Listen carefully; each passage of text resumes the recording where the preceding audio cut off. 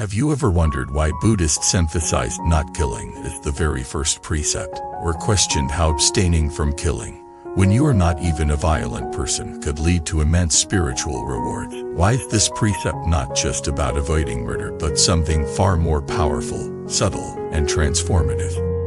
Welcome back to the channel. Today, we dive into a deeply sacred but often overlooked principle in Buddhism. The first precept of the 5 precepts, not to kill. But more specifically, why those who take this vow especially formally nakru with the sutras call immeasurable merit. Let's get one thing straight. Most people believe that if they don't commit obvious acts of violence, they're already fulfilling this precept. I don't kill people. Never held a weapon. Good, right? But according to Buddhist teachings, not killing isn't just about refraining from murderous vow that reshapes your entire relationship to life. It's not just physical, spiritual, psychological, and it touches everything. From your diet to your mindset, from your speech to your daily choices. So let's begin by understanding why not killing is the first precept. The Buddha placed it first because life is the most sacred possession any being holds. To take a life is to commit the deepest form of harm. To preserve life, even the smallest life, is to protect the very fabric of compassion. When a person takes the 5 precepts, they're not just promising to avoid wrong. They're aligning their consciousness with the fundamental laws of the universe. And the first law is this: all beings want to life. So when you say, "I vow not to kill," you are saying to the universe, "Die our life in all its forms." Let me share a story. A laywoman named Mylan once took refuge in the 3 jewels and, after deep contemplation, decided to formally observe the 5 precepts. She had never considered herself particularly devout, but something about the clarity of the vows called to her. After taking the precepts, she stopped swatting mosquitoes. She stopped yelling at stray dogs. She even began researching non-lethal ways to deal with pests at home. He felt softer. Here's what amazed her. For the next few years, her health improved. Relationships softened. Her mind became more peaceful. One day during meditation, tears welled up in her eyes, not from sadness, but from a profound sense of safety. She whispered, "I've never felt so protected." That's when she remembered what the Sutrans said: those who uphold the precept of not killing are surrounded by devas, protected by unseen forces, and will die peacefully. This isn't superstition, it's energetic law.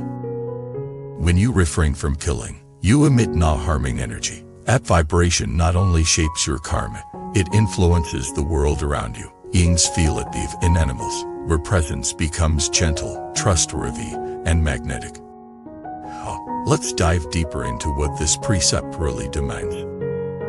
First, it means not intentionally taking life, whether human, animal, or insect. But more than that, it means avoiding participation in killing. That includes encouraging others to kill, consuming meat that requires killing, supporting industries built on slaughter, turning a blind eye to suffering caused by your lifestyle choices.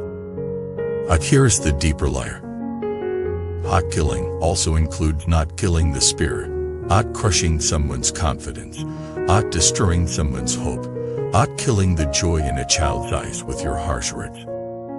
Every act of true nonviolence ends to your merit.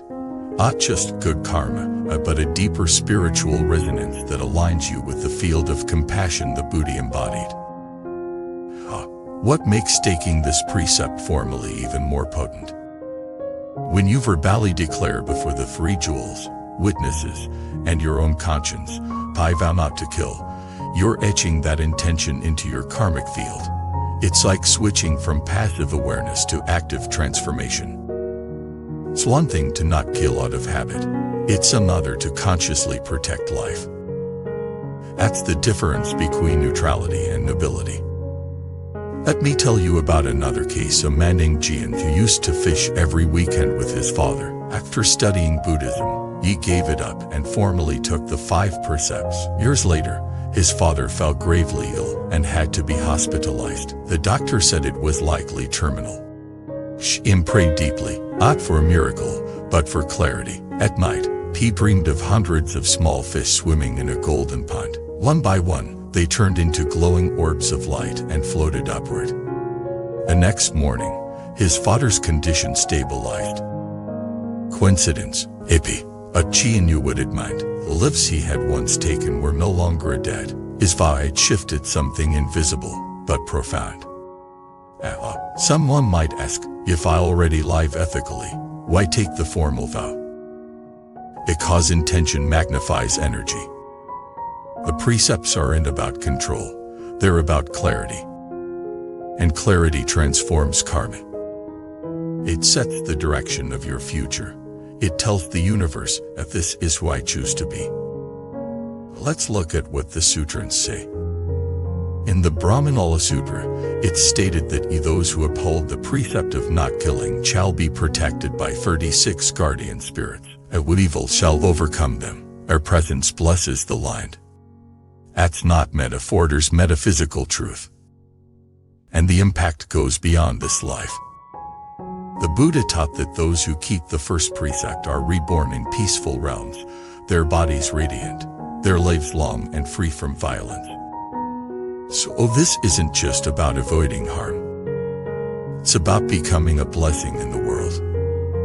Every time you save a life, every time you choose kindness over harm, you participate in the healing of samsara.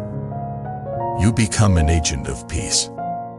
And in a world so ravaged by conflict, what greater service can there be? Thank you for watching this video. Have you taken the 5 precepts? What did the vow of non-killing mean for your life? Share your story in the comments. Like, subscribe, and continue walking this path of clarity and compassion. Until next time, protect life, and life will protect you.